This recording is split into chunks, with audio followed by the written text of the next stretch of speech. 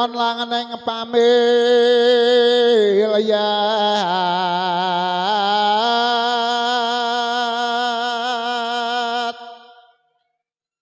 busana maneka warna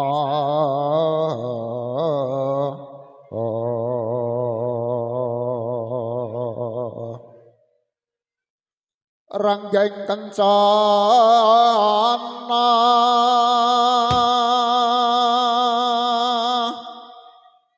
sang ratna ambra-ambra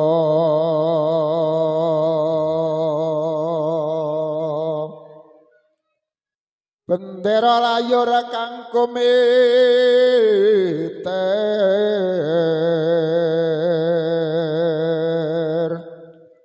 sing gumrangsang adara sing maruta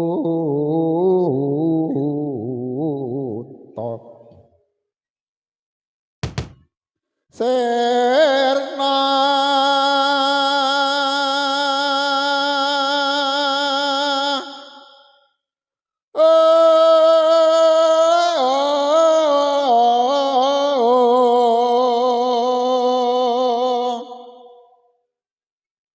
kumarane ngatias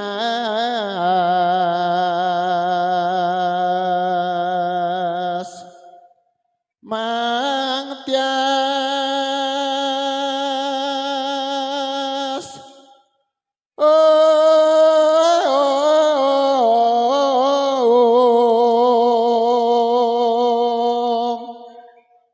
mlebeting jejo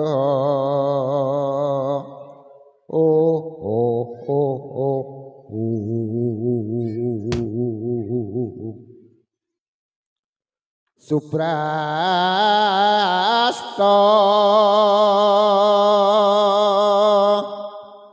kayugung pangkaprapas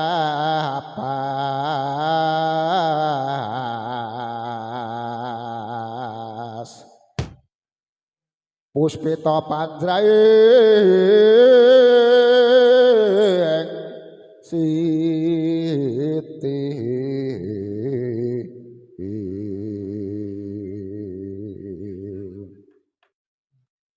ron mawur kati upeng angin kukila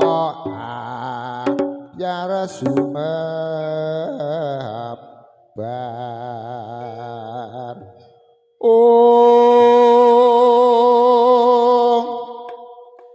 kocap kacarita duk nalika sune bidaling sang begawan Resi Partana bidal saking bale pacrapakan gunung cilik kulon wates kulon praga ora kaya bidal sang begawan Resi Partana lamun Cinanda sing mayu galak minaruka bencana niki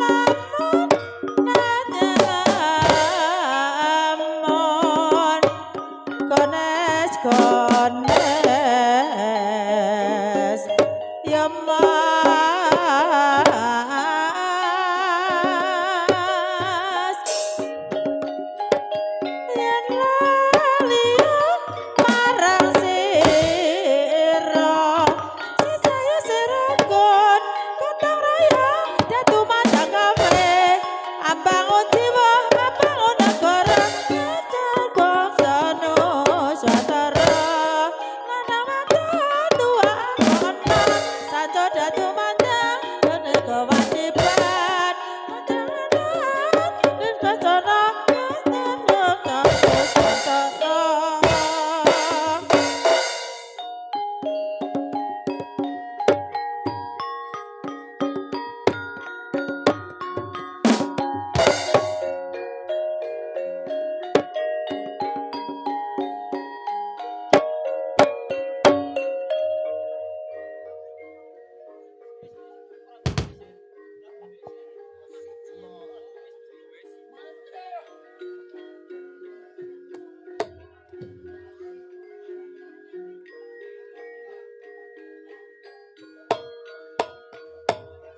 No menika warnane Sang Begawan Resi Partana. Lenggah setata bidal saking Bali Pacrabakan bidal sak madane alun-alun Desa Karanggondang. Kekancangan jujuk sak madane alun kandhek sak mandhaping Mandragung Jajar Sanga.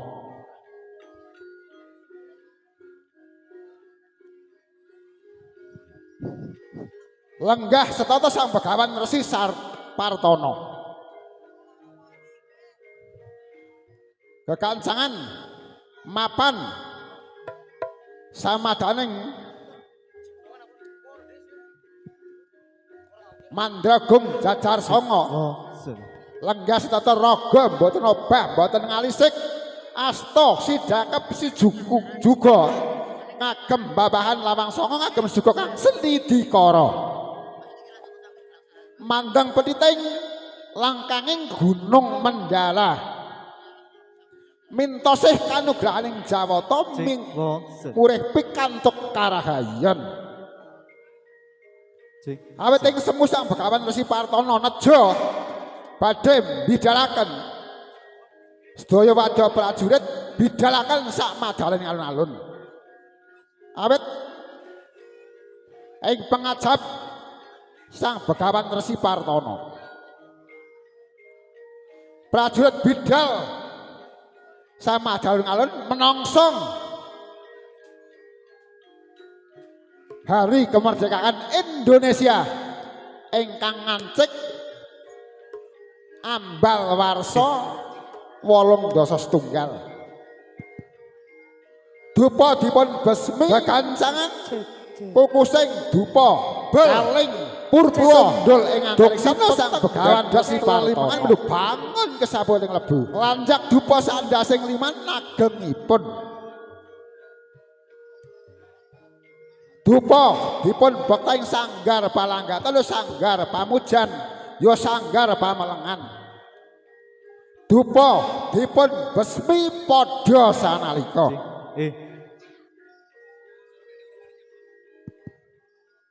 dupa dipun besmi pukusing dupa bel sendul ing antariksa peteng dadat telelimengan menuju bangun kesapuning lebu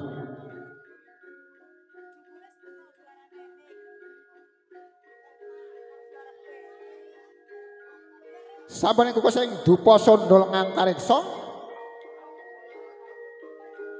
pasam sejoning wardaya Sang Begawan Resi Partana.